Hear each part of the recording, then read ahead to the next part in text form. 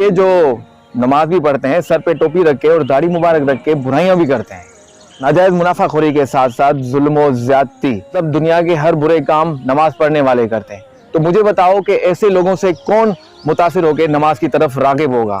تو سمجھ کیوں نہیں آ رہی؟ اکثر مفاد پرست لوگوں نے دین کا لبادہ اوڑھ کر اپنے مقاصد حاصل کیے ہیں۔ دیکھیں، ہر مذہب میں مفاد پرست لوگ آ جاتے ہیں، مگر نماز صرف خالص اللہ کی خوشنودی حاصل کرنے کے لیے پڑھی جاتی ہے۔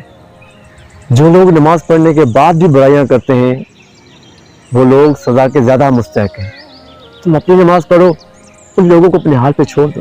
سوری یار، مجھے ایسا نمازی نہیں بننا، موڈ کی ماں بہن ایک کر دی تمہیں۔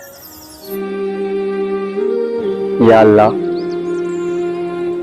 یا اللہ ایسے لوگوں کو ہدایت کر دے میرے مولا، ہدایت کر دے، آمین یا رب العالمین۔ میرے ساتھ بہت بڑی واردات ہو گئی۔